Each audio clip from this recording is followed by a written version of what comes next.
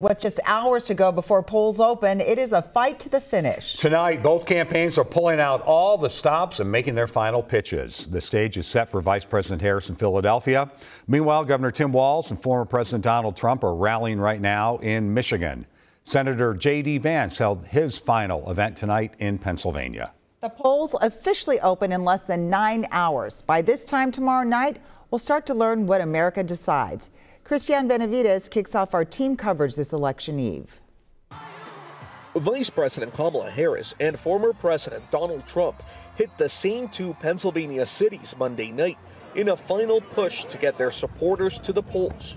Tomorrow is election day, and the momentum is on our side. If we win Pennsylvania, we win the whole ball of wax. It's over.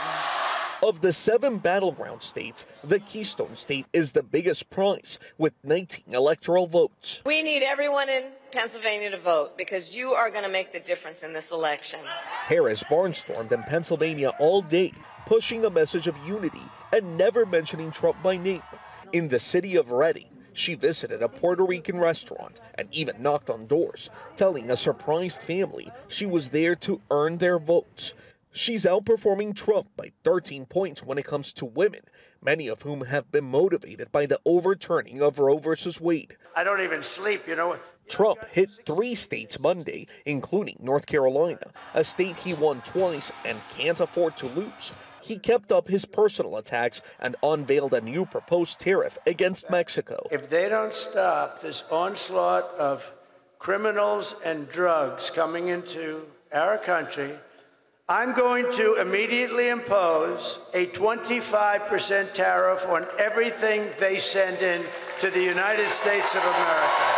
Trump's running mate, J.D. Vance, stopped here in Atlanta Monday. CBS News Battleground Tracker shows a narrow lead for the Trump campaign in Georgia, and the state could play an outsized role in the election once again. Late Monday, Georgia's Supreme Court ruled 3,000 voters in Cobb County who didn't get their absentee ballots on time will not get extra days to cast a ballot. Christian Benavides, CBS News, Atlanta. How important is the Badger State in this election?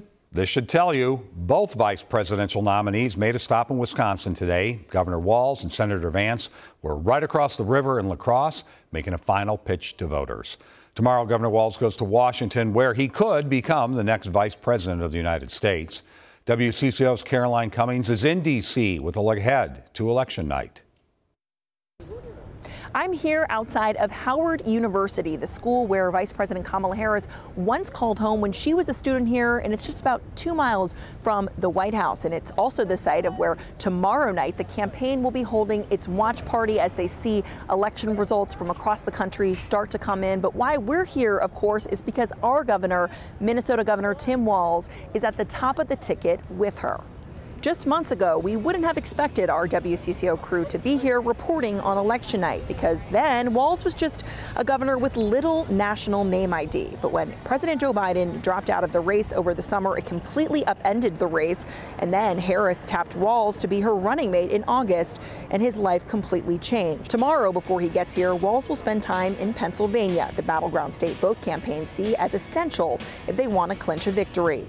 Security is already present here outside of the university. Roads are being blocked off. There's a lot of law enforcement. You can see the fencing behind me barricading the campus. And if Walz is elected, he would be the 3rd vice president to come from Minnesota. And we'll find out soon if that happens when America decides. In Washington, Caroline Cummings, WCCO News.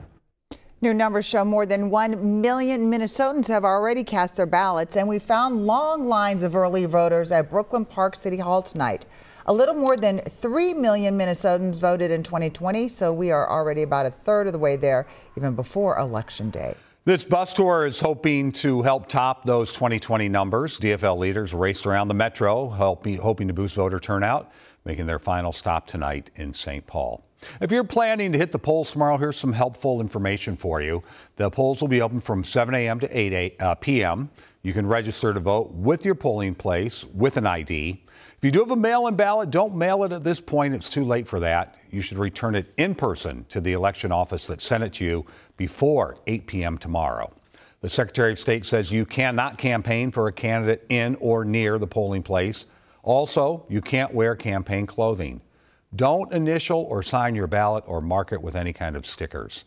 Taking photos is discouraged.